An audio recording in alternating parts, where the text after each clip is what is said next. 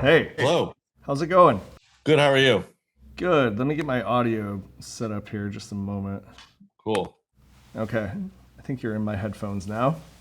What are you drinking? I pulled out the Monster. They're one of my sponsors, which is funny. Yeah, I have a hold it big up then. fridge full, but yeah, shout out Monster. When you're up late for the election and excitement, and I have two babies, Yeah. and daylight saving. It's a little Ugh. extra caffeine today. How do we deal with the messiness of life? How do we find purpose? We try to answer that by talking to the risk takers, the big thinkers, and the ones who love breaking the mold. And when we're feeling playful, we hide cash in unexpected spots around the US, around the world maybe, just to see who's up for a little adventure. My guest today is comedian Trey Kennedy. Proof that middle school trauma can be a successful career path. He's also the author of a hilarious and heartwarming new children's book, How You Got Your Name. I'm Jay Mays, and this is SEARED, the pursuit of purpose. How old are your kids? 2 years and about 6 weeks. Oh, wow. Well, congratulations on both. I have a 13-month-old. Nice. Yeah, I know a little bit about what you're going through, not entirely though. Walking around yet? Yeah, walking around, and in fact, every time we give him 8 feet to walk around, he wants 12, and every time we give him 12, he wants 16, and just he wants to go beyond whatever border we set up. That's the new thing. I assume your 6-week-old is not walking yet. Pretty close though, No, right? not quite. Disappointed. We'll get there. So I have to ask. I'm glad we're talking about our kids because I've been wondering about this. Uh, you've spent your career making rooms full of adults laugh, and now you're writing a book that needs to keep kids entertained. Which was more difficult? Um, well, we're 1 for 1 on the kids' book. My son likes the book, which is good, and Good. I sure hope everyone else enjoys it. And I tell you what, it's fun to make my kid laugh, but there's definitely a lot more challenges trying to capture his attention than a room full of adults. So I'm competing with all sorts of fun toys and fun TV shows. So but the books, I think we're the parents. We try not to do the screens. We get them on the books. So I try to make the book really with parents in mind, knowing what I know Yeah. about content and hopefully making it entertaining stuff for my fans. Some children's book, you read them. I think all parents know you start reading through these books, and a Yeah. couple of these books, you're like, let's like this one's gonna disappear because like if I read that again, I'm gonna lose my mind. So I wanted to make Mm-hmm. a book that was entertaining for the parent as much as it is for the kid. So it's really silly and has like prompts to kind of keep it fresh when you read it for the 100th time, and cues up your child to be creative and give their own takes on what a crazy baby name might be. Right. And so yeah, I hope people have fun with it. What was the genesis of this book? Why'd you write it? Being a father, just my content and my comedy has always been my experiences, and I Mm-hmm. so I started to make all this parent content, and it's been cool. I've been on the internet like a decade now, and my fans are kind of Yeah. growing up with me, a lot of them, and becoming parents, and Yeah. um, so it's just we've seen that come to fruition, and we got approached about a children's book, and it was just a no brainer, and I was super excited to take it on and to just try to make it better and make it a little more entertaining for the parents. Yeah. That's very cool. I have to say, the experience of naming our son was, we went through a few different phases. We did spreadsheet, we like both picked our names, then we rated them. We had conversations, driving around about what names were. And so when I heard the book was kind of about choosing a name, I thought, oh, that's incredibly relatable because that was a real process. Thanks. Yes, I don't feel like I've seen a lot of books on this topic, so I love the thought, and I've had this shtick over the years making fun of like the baby name culture and how folks are getting real creative. And my first pass of the book, my publisher was they just lined all through it because my first pass was like making fun of actual kids' names. Oh, okay. I was like, it felt good, and they're like, "Hey, this is for children. I don't know if parents want to like necessarily teach that." Right. I was like, okay, okay. So it's very slapstick and goofy, and Yeah. comments about naming your kid, banana or shopping carts because you're at the grocery store getting inspiration. So it's really off the wall and goofy. And I even Yeah. wanted to. I want to throw a Karen joke in there. I mean, come on, it's the best. And my mom's name is It's a good Karen. one. Oh, that's even Well, better. It's done so with I said, love yeah, then. it's fine. I talked to her. I think she's a spokesperson for Karens. Mhm. My mom, she's she's like most moms. She follows me, but she's not all over it. And so when the Karen thing happened, I got a call out of nowhere a couple of years ago. She's just like, Trey, how come every time I go through the Chick-fil-A drive-through, they ask the name for the order and they start laughing. Why are they laughing? I was like, it's a long story. She's like, because if they keep laughing, I'm gonna ask to speak to the manager. I was like, don't do that. Don't do that. No, I'm joking. She's she's the best. But even that, they're like, no, it's gotta be like, Yeah. okay. So it's really a really sweet book and it's goofy. And then you Yeah. get the opportunity at the end of the book to genuinely explain to your child how they got their name. Their story.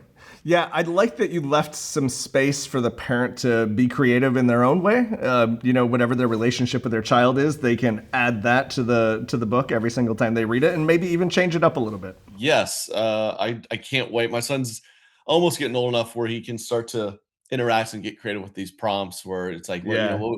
what's some goofy names you could think of for a child? And I can't wait to see, kids say the craziest stuff. Hmm. So it should be a lot of fun to read. That should be a lot of fun. So, your oldest is 2 years old. Has fatherhood changed your comedy or your career or your purpose in your career? I think beyond just the obvious of I have new life experiences that I can draw from Right. and joke on and find the humor on. Yeah. I think it's done both, like, made me want to work more and less, if that makes sense. Like, Hmm.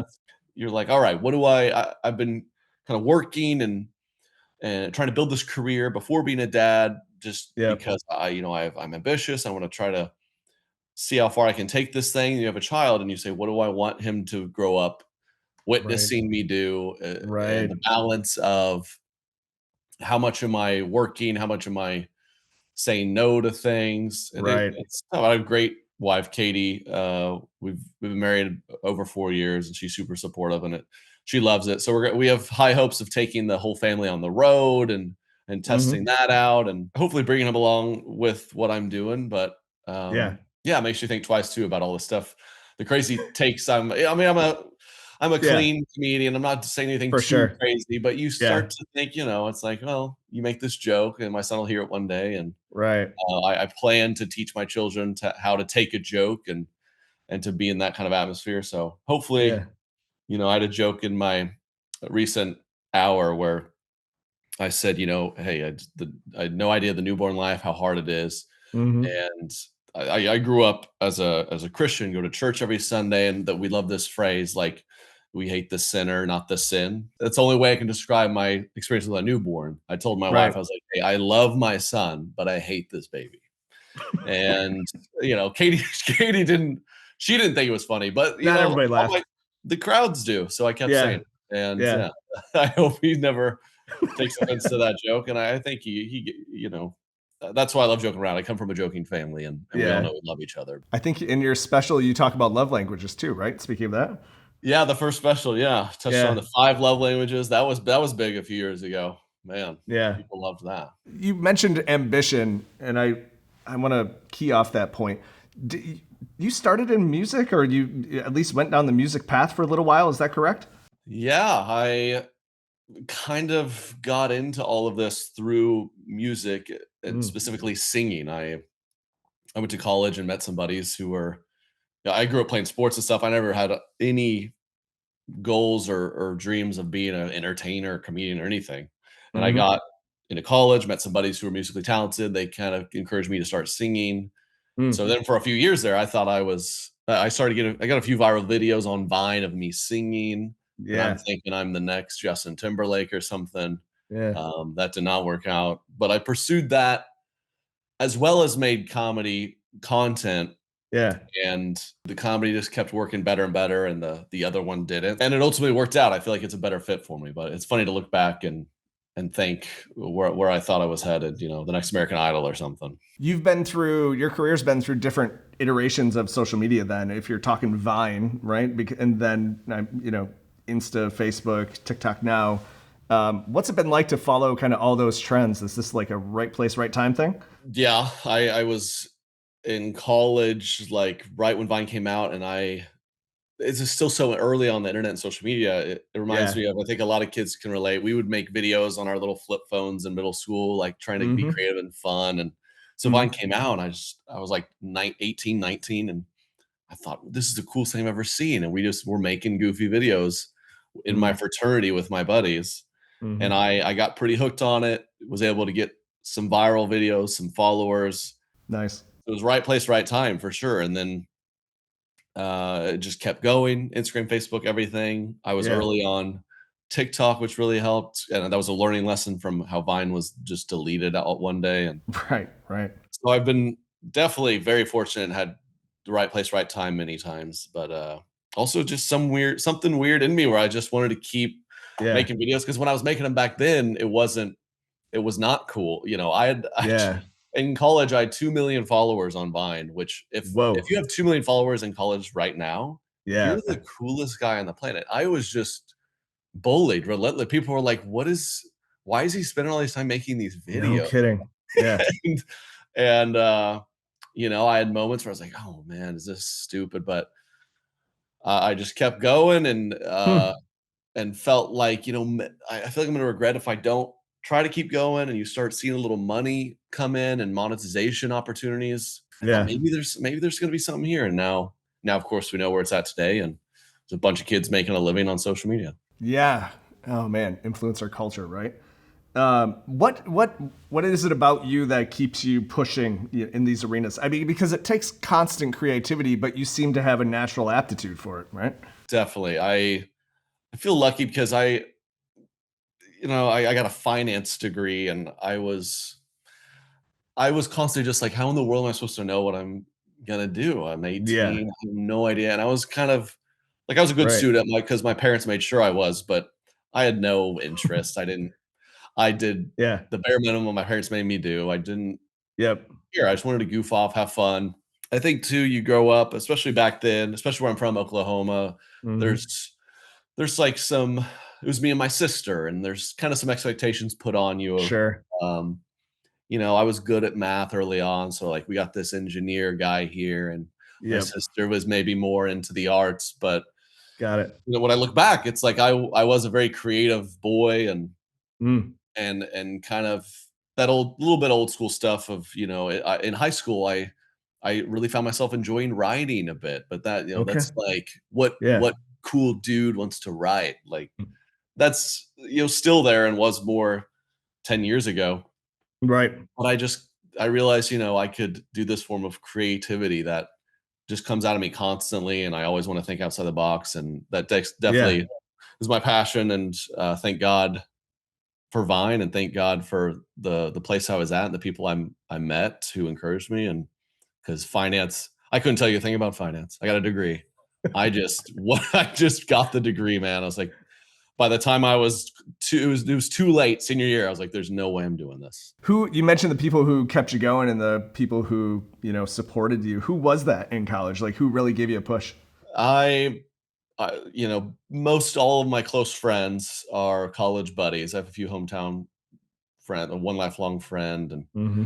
well, yeah, my friends are always so supportive, and specifically a few guys I met who were kind of that more like musically and inclined and creative, and Yeah. less of like the jock sports guy I grew up with and all the guys I grew up with, and kind Right. of made it cool to be creative and encouraged me. And a couple of those guys are now, this is really, really cool and rewarding. A couple of those guys come on the road with me now. Like Oh, very cool. one of my best friends, he'd always play piano for me when we did our gigs back in the day. Nice. And he helps me write bits now and plays live piano for me on the road. And I have another good I, friend who DJs for me. So that's super rewarding. And it's yeah. just cool to still be with those guys who support me, and I'm supporting them.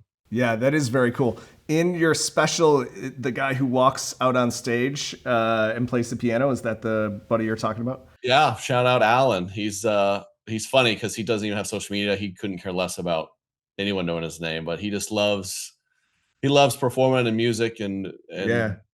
to do the tour life. So, and it's just such any touring or traveling professional person knows if you can have a good crew with you, Right. that makes that experience 1,000 times better. The crew makes a huge difference. I'm very fortunate. I have one crew member standing over here. I'm very fortunate to have him, and it does make things 1,000 times better and easier. Oh yeah, it's like I joke that the few people I've hired over the years, it's like, yeah, I need you to do this job, but 90% of it is like, can I hang out with you hours of the day? Right. And that's Yeah. really the biggest thing. I've even kind of like guys who weren't even good at their job. I let them hang around. It's like, they're so cool, but It's just eventually, they do your job too. eventually, yeah, you got to do something, I suppose. Um, was there anything like when you went into comedy? Were there any assumptions you had going in that were just totally wrong about what it would be like? Because especially because you came from social media to, in person, kind of on the road touring. Yeah, when it comes to video versus in person, Mm-hmm. I always say I underestimated my ability to be funny. I was very, Mm. very nervous, like, okay, I've been making people laugh online for years. I'm pouring Mm-hmm. over these jokes I'm gonna try, and I Mm-hmm. have no faith they're funny. And when I did it for the first time, it was my first time. I'm not saying it was great, but like I got Mm-hmm. some laughs, and that Yeah. but I also totally underestimated the performance of the stage and the Mm. how long it takes to get comfortable up there. And Yeah. I mean, I'm about 5 years in, and Yeah. I do feel like just in the last year, I get on stage and feel at home. Like it is, it's less natural for me. I'm more of deep down. I'm kind of a shy, reserved guy, and so it terrified me. But I found that okay, I've been spending day in and day out for years being funny on the internet. That's Yeah. definitely helping me. But Yeah. now I've got to do the work to get comfortable on stage and be a good performer. I noticed when I was watching, I noticed some of your like big movements, like when you were really gesticulate and kind of throwing your body around. And unless this was edited, like your crowd really seemed to respond to that. Like they really seemed to respond to not only the content of what you were saying, but also how you were moving. Yeah, I'm excited for. We just wrapped up my second tour, and that's special. We're just finalizing where that's going to end up, but I'm excited Yeah. for people to see. I feel like the first special that's on my YouTube, the second one that's going to hopefully be Yeah. announced soon. You see my growth, and you Very see me cool. settle into my style a bit more. Yeah. But the act outs and the physicalness were Yeah. like initially I'd go out there and kind of lower energy stand there, and it's like, people know me from my videos where Right. I'm super high energy. I'm screaming, I'm running around, Right. and that Doing was characters. yeah, and so that was me settling into what's really natural to me, and to feel comfortable with those act outs, Yeah. and I remember learning to finally feeling comfortable to do some of those and getting a good response, and Yeah. realizing, this is a nice advantage for me because not every comedian wants to do that or can do that, and I Right. feel like it fits my style. And so there's a couple bits from the new hour that I'm really excited that are great act outs. I love doing them. People loved it. Awesome. What's one thing that people get wrong about your comedy? I see your comedy as relatable. I see your comedy as observation, a little bit of sketch. But what do you think people get wrong about your comedy? Yeah, great question. I think, and I mean, get wrong. I don't know if I'd call it that, but there's an assumption people might just see a little bit of me, Mm-hmm. and definitely part of my shtick is playing into like the basic white girls, or Mm. some of these videos that resonate a lot with the women, and I Mm-hmm. think I can be written off as kind of like, oh, he just kind of his shows are full of chicks and blah blah blah, and Mm. Mm-hmm. we've grown the tour because Yeah. the first tour was a lot of ladies, Yeah. which is great. It's fun. It's funny to go in these like comedy clubs that are such like bro gross like establishments, and For sure. they're like, you got a lot of ladies in here tonight. I'm like, all right, take it easy, sir. Like, okay. And so for the big tour, that what do girls like to do? They like to bring their boyfriends, husbands, whatever. And Mm-hmm. I think in a good way, like those guys would show up, and it was a running joke the first tour, like that we have no clue who this guy is. My wife Mm. just wants to come or whatever. And Mm-hmm. then they'd see me and be like, oh, this guy's, he's great, and Yeah. now we have a much more even split on the touring, because a lot of these dudes are like, oh, my wife likes him. I went to the show and it's a good time. So Yeah. uh, that's been a nice slow burn and really rewarding to see that, Yeah. because The broadening of your audience. some of those big videos that do bring in the girls are great, Mm-hmm. but I am like a real guy's guy at the end of the day, and so my show is a lot less like in your face for the girls. It's just kind of like me being Trey, trying to make you laugh. Who's on your comedy Mount Rushmore? Okay, I like that. Give me options. Someone always wants my favorite. I'm gonna go, and I like to just go off my personal Yep. experience, my personal like upbringing. I was raised, as I alluded to, like, so I couldn't watch any R-rated stuff. I couldn't do this. Right. So Right. easy first two picks for me are Ray Romano and Kevin James. I was raised on their Great choices. sitcoms. Yep.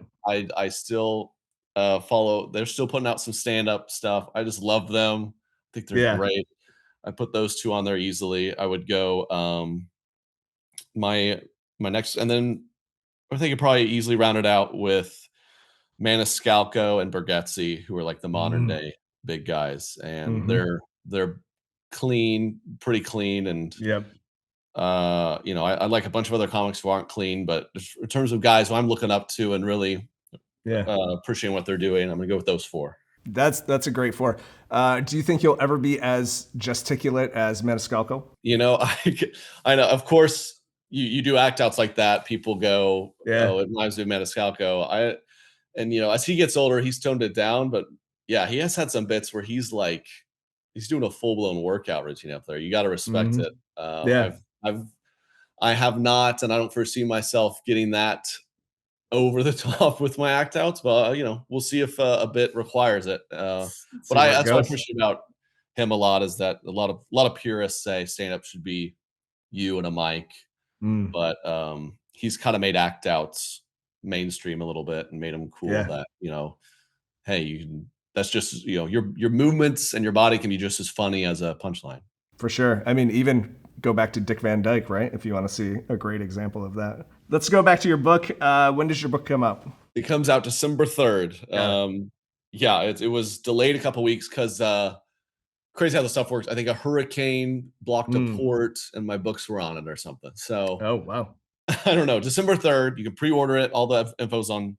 There's a link on my site, TreyKeener.com, and it'll be Awesome. available online everywhere. Amazon, Barnes and Noble, Target, all that good stuff. Yeah, if you pre-order it now, you get a free sticker book. I'm doing all the promo stuff, and it's a great, beautiful book. The illustrator crushed it.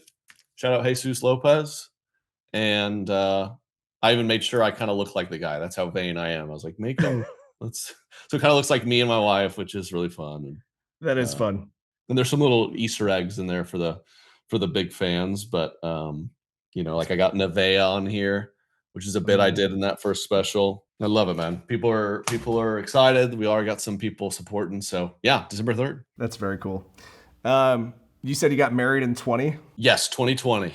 20? Yeah, same here. I got married in August of 20, and that was interesting in those times. Yeah, well, what did yours look like? Because we had to, of course, we were May of 2020, so everything was like pushed back several times. Yeah. We finally postponed it, and we Yep. did our big planned wedding party in the summer of 21.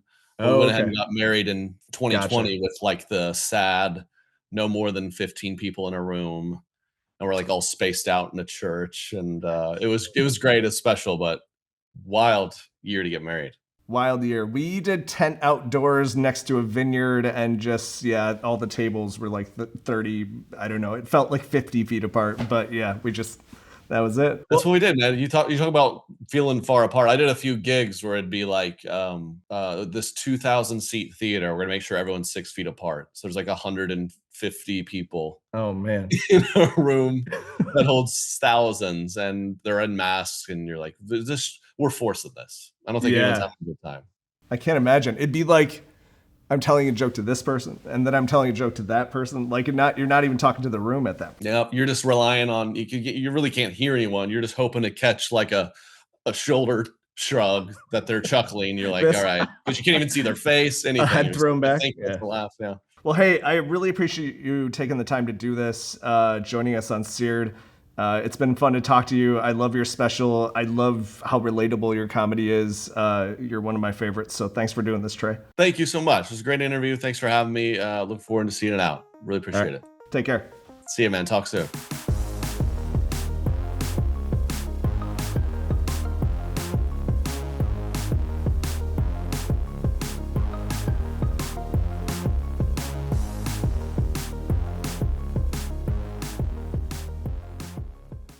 And that's the joke that people were like, the crowd was just kind of like, oh my gosh.